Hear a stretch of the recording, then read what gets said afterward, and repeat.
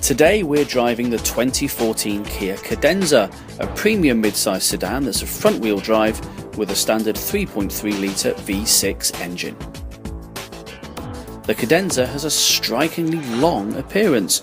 With great proportions, an athletic stance and clean, uninterrupted sheet metal, the 2014 Kia Cadenza looks very much like a sports sedan even though it isn't. From the side profile, the Cadenza is simply more interesting to look at than many other large sedans, and it all adds up to an athletic yet elegant stance. The rather blunt nose, combined with available HID headlamps and LED running lamps, and the quite long, nicely contoured hood, give it an overt look in front, while alongside one neat and subtle crease wraps back to the tail lights. A smoothly arched roofline and a somewhat raised deck lid all add up to a model that gets everything right in terms of profile and silhouette. With the key fob in pocket, a press of the black start-stop button fires up the 3.5-litre V6 under the Cadenza's hood. The 2014 Kia Cadenza is relatively quick and responsive for a car its size. It's still a large car, and it will suffer from some steering and handling that goes with large car territory. At the low end, there's not a lot of torque, but step on the pedal and the power will be delivered to the driver. All this means is that it's not going to be the fastest car on the green signal, but powerful on highway acceleration. There's no sport mode for the powertrain or the stability control. There are, however, steering wheel paddle shifters, plus a manual gate that lets you manually command the gears. Inside, the look is rich and finely detailed, with soft touch and nicely grained materials for the upper dash, plus wood grains for the steering wheel and dash and door trim. Controls and displays are laid out in a cockpit style, with plenty of supplementary steering wheel controls.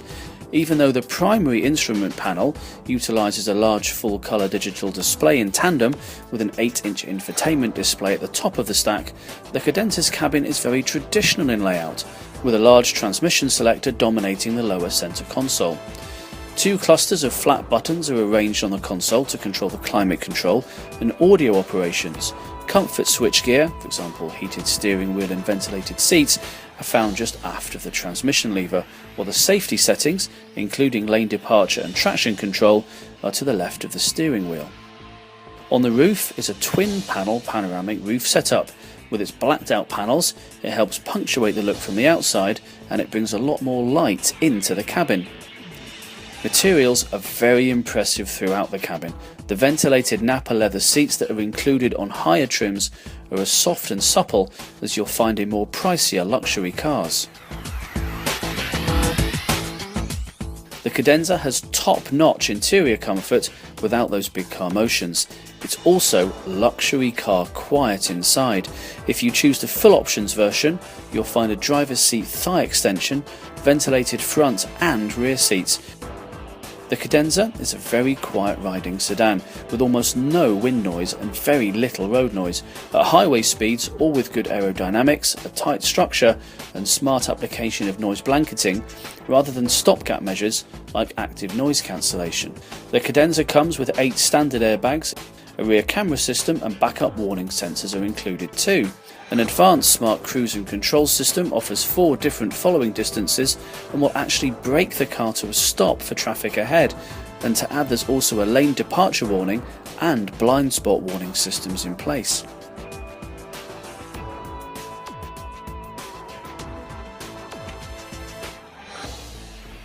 Overall, the Cadenza doesn't have any bad habits that would make a potential buyer avoid it at all costs. In fact, its Euro-tinged styling and upscale appointments mean it should be on any big car test drive list.